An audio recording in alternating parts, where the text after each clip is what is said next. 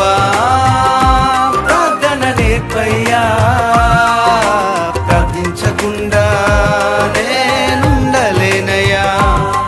నీ పాదాలు తడపకుండా నా పయనం సాగదయా, నీ పాదాలు తడపకుండా నా పయనం సాగదయా.